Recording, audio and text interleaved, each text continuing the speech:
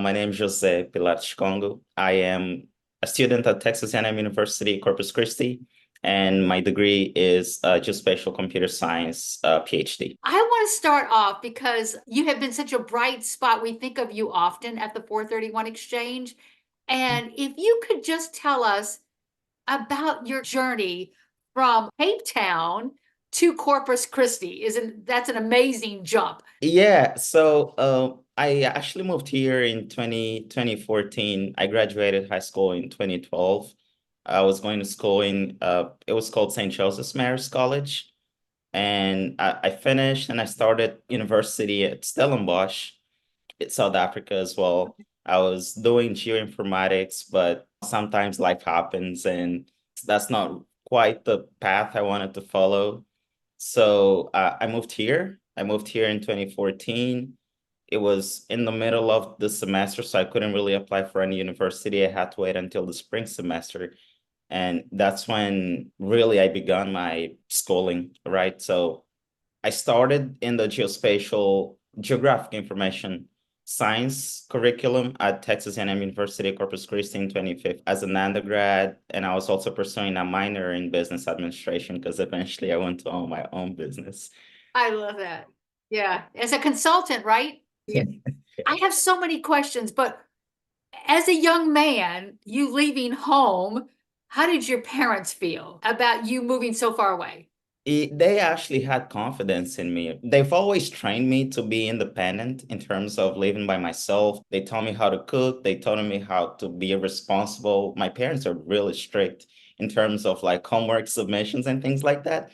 So I guess it got to a point where they knew, okay, in this past years, we really haven't had to try too hard to have him submit his assignments and do the things he's supposed to do. So I feel like it was easy for them in that regard to have that belief in me that things were going to work out. Of course, from a personal standpoint, it wasn't easy for them. It wasn't easy for me to be so far away. And it's one thing if you move to a country nearby. It's another thing if you come all the way here because it's hard to fly here. But Right. yeah, it was hard, but and that's something that I put in my mind as well. If we're doing all of this, then I really have to be successful. So it has to be worth it.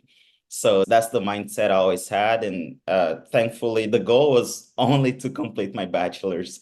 So thankfully, I did that successfully, finished my master's, and I'm now pursuing the PhD. So it's been a great journey. It hasn't been easy being far from family, but I think I'm doing my part. Have you been home to see your parents? Yes, yes, I have. Last time I saw them was in 2022. And yeah, and we're working to see if they can come visit me this year, hopefully. Maybe I'll push it to next year so they can be here for graduation if that's happened. Yeah. But yes, I've been home since. And do you have any other brothers and sisters? Yes, there's four of us. I have a brother and two sisters. Oh, brother and two. And are they okay? Are you the oldest or the youngest, or where are you in that line of four? I'm the oldest, so Okay. I'm the one that has to set all the rules and the example and all of that. Let me ask you this. Are your parents as strict with the younger ones? Like you said, they were strict. Are they? I don't think they are.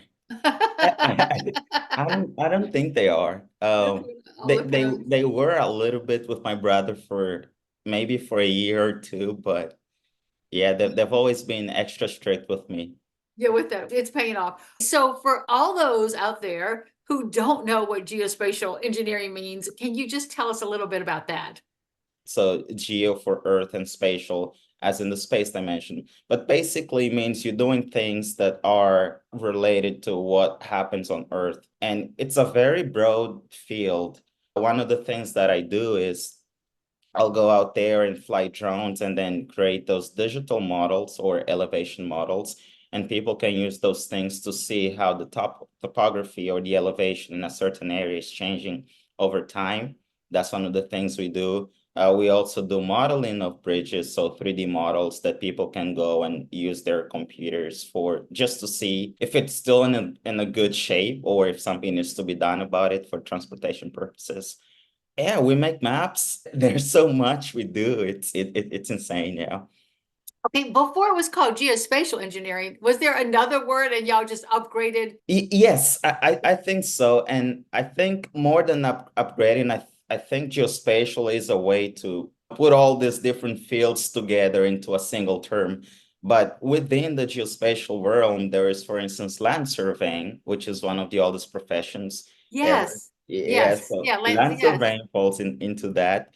There's cartography, which is the science and art of map making, all the maps that people would use to navigate from ships back in the day. So it falls into this category as well. And GIS is a big one. So geographic information systems is a big one too. So that's working with computers to create the maps that you see on Google Earth, that you see on your phone. And another big one is remote sensing. So working with satellites to Yeah. map like the Earth from a large scale from space, of course. So yeah, there's all these different fields, and I'm fortunate to do a little bit of all of them. So it helps, and that's why I call myself really geospatial, because I'm doing all these different things. But there are people that focus solely on one of those fields, for instance, like land surveyors. So if you go and talk to one, they'll say land surveying or geomatics. But yeah, so geospatial is just bringing all of this together. I love it. The way you explain it, I even feel smart. I understand what he's saying. I'm But glad it helps. One of the things that I always think about is the value that my research is bringing to the community, right? So we're working on projects that really change people's lives. One that I did going into my master's was I created this that is being used until now, even now. They're using it to model subsidence or subsidence, depending on how you pronounce it, subsidence in the Gulf of Mexico, right? So they're able to tell, okay, parts like Houston, for instance, experiences a lot of subsidence, and there are a lot of factors that influence that. But in doing so, you really have to understand how these stations are measuring, for instance, the water levels or just the elevation at a particular point in the Houston area, and seeing how that changes over years. And it's been, there's a little bit of subsidence happening as well, but the water level is rising. So the website that I built really helps to track that a little bit and seeing the history of some of those stations. One thing that I'm doing right now, we're working with the Texas Department of Transportation, and we're using a lot of laser technology and drone technology to map transportation corridors. And one of the reasons we're doing it is it's much safer to do it from drones than having personnel going out there in heavy traffic. So we've actually surveyed so many districts this past year in Texas. That was fun. They all have different landscapes, different types of challenges.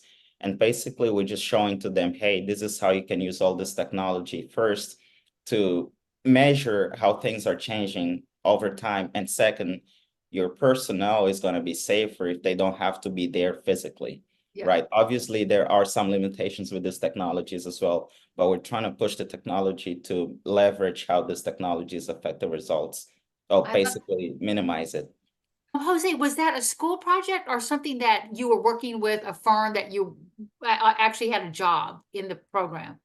This is actually part of my research. So I'm lucky to Oh, I get where, it. Yeah.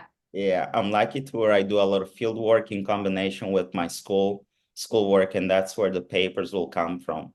You needed a computer at one point through the scholarship process and used the money for the computer, which helped you write the master's, which helped you get some grades.